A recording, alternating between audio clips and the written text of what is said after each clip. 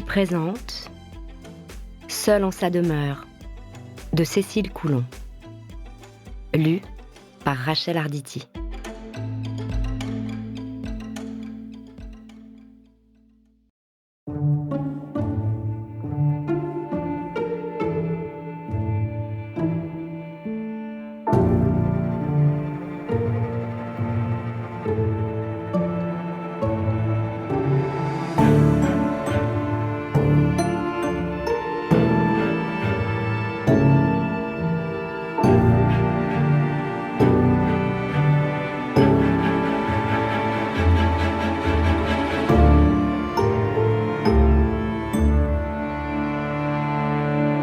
Forêt paisible, jamais un vain désir ne trouble ici nos cœurs. S'ils sont sensibles, fortune, ce n'est pas au prix de tes faveurs. Les Indes galantes, Jean-Philippe Rameau et Louis Fuselier. L'église des Saints-Frères. Par un beau dimanche de mars, où le soleil poussait doucement l'hiver hors des forêts obscures, Jeanne Marchère mourut dans la travée principale de la petite église des Saints-Frères. Elle avançait, devant son fils et son époux, le dos bien droit, 3 nattes de cheveux blonds enroulées à la nuque. Au-dessus des statues aux yeux blancs, les vitraux surplombaient la nef. Ici, Salomon épargnait un fils devant les mères implorantes. Là, Saint Michel terrassait le monstre des enfers, et dans sa chute, renversait des anges qui pleuvaient en étoiles sur le royaume des hommes. Noé construisait son arche. 1000 couleurs embrasées par le soleil éclaboussaient le premier rang de bancs, où des fidèles, sagement alignés, attendaient qu'on place sur leur langue le corps du Christ.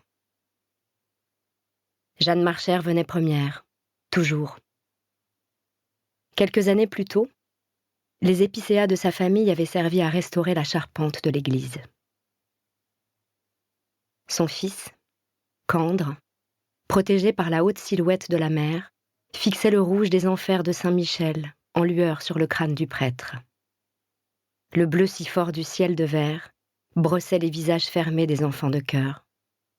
Toute l'église le regardait, Candre, se relevant avant les autres, remontant cette travée si étroite qu'il sentait contre le dos de sa main le souffle des pauvres gens assis.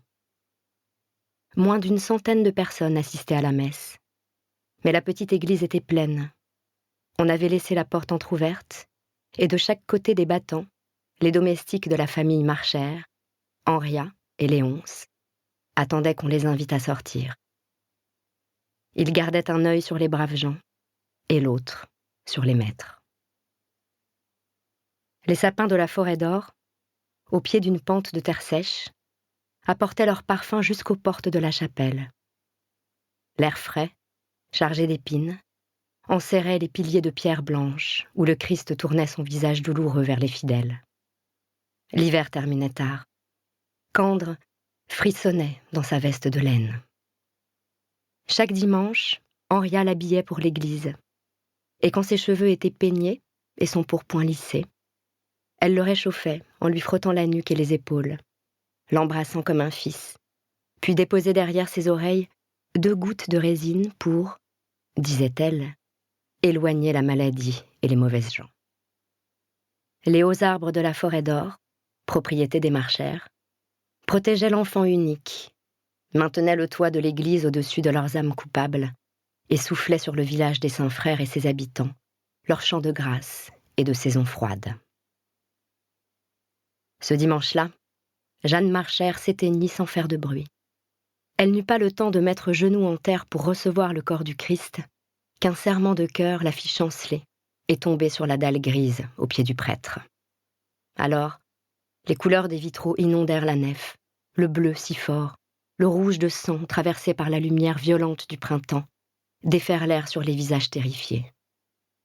Le corps de Jeanne Marchère, où le cœur s'était brisé, gisait aux yeux de tous, arrosé par l'éclat. Interdit. Candre observa quelques minutes sa mère, allongée sur cette dalle, puis l'enfant leva les yeux aux enfers, avant de venir, comme on fait aux vieilles personnes retrouvées mortes au lit, effleurer les paupières de Jeanne pour les tirer sur ses yeux vides. Alors il sentit un bras puissant le saisir à la taille, et Henria murmura « Pauvre petit, viens, pauvre, pauvre petit. Je ferai tout ce qu'il faudra pour toi. Tu n'as rien à craindre. » Et quand il tourna vers elle son regard où les larmes débordaient, elle le prit dans sa robe. Il y enfouit sa tête de moineau de 5 ans, pendant qu'autour d'eux, on déplaçait le corps de Jeanne Marchère, que les couleurs maquillaient violemment, comme si Dieu lui-même jetait sur elle ses pinceaux usés et salis.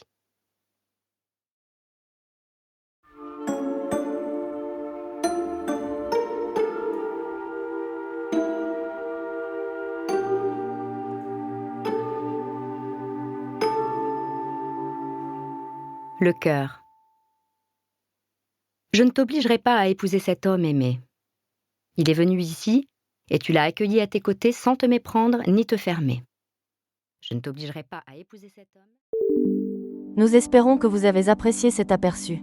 Pour continuer à écouter ce livre audio sur Google Play Livres, utilisez le lien dans la description de la vidéo.